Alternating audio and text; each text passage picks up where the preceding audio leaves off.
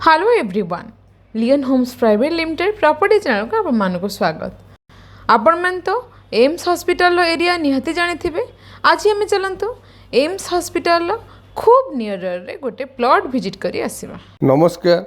भुवनेश्वर खंडगिरी छकर right hand side रे रहिला Khandagiri hill and left hand side रे रहिला पोखरीपुट बा लिंगराज स्टेशन आड़ को रास्ता। से खंडगिरी छकर ओभरब्रिज उपरे आमे जाउचंती टुवर्ड्स खोर्धा। एई खंडगिरी क्रॉस कला परे नेक्स्ट जो छकटी आसुची सेटा हला डुमडुमा छक एंड डुमडुमा छक क्रॉस कला परे एम्स हॉस्पिटल छक। से एम्स हॉस्पिटल छकरू राइट हैंड साइड रे रहिला आईगिनिया एरिया स्ट्रेट गले पात्रपड़ा बट आमे जिबा लेफ्ट हैंड साइड रे टुवर्ड्स एम्स हॉस्पिटल। ए एरिया रो डेभलपमेंट एम्स हॉस्पिटल आसिला परे ही होईची।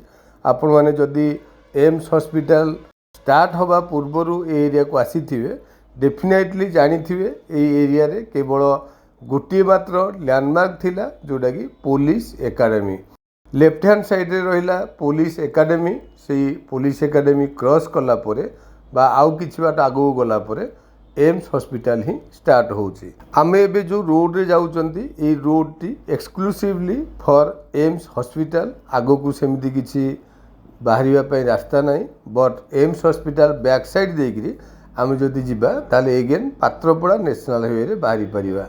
एनीवे राइट हैंड साइड रे रहिला एम्स हॉस्पिटल रो गेट। सेही एम्स हॉस्पिटल गेट रु आम प्लॉट रो डिस्टेंस ओनली 600 मीटर्स। आपण माने देखंतु किछि बाट आगु को गला परे लेफ्ट हैंड साइड रे गोटे ब्लैक टॉप रोड अछि जोटा कि रणसिंहपुर विलेज को रास्ता। आमे सेही रोड रे ही एंट्री करके जाउचंती।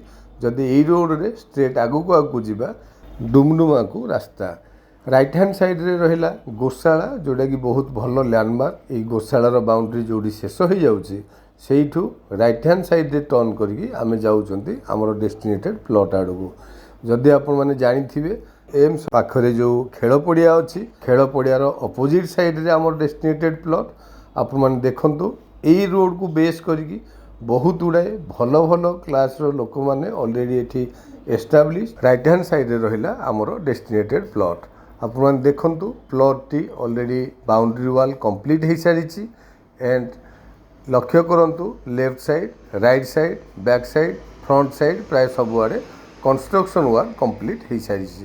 सो एम्स हॉस्पिटल रु बहुत नियर एंड जेहेतु सबुआड़े सराउंडिंग रे कंस्ट्रक्शन वर्क कंप्लीट हो सारी डेफिनेटली प्लॉट आपको पसंद आसीबो। Thank you. जेमिति मु कहूली आपण माने निहाती वीडियो क्लियरली देखिथिले जानि पारथिबे एम्स हॉस्पिटल पाखर हमर प्लॉट डिस्टेंस खूब कम। एठी हमर लैंड एरिया 2200 स्क्वायर फीट रो अछि। घर बारी येलो जोन आपण मानकर रिक्वायरमेंट फेसिंग नॉर्थ फेसिंग रो प्लॉट सहित 20 फीट रोड को प्लॉट हमर टच होइछि। आउ फ्रंटेज को मार्क करंतु 45 फीट रो फ्रंटेज। प्राइस होछि पर स्क्वायर फीट 4300 रुपीस।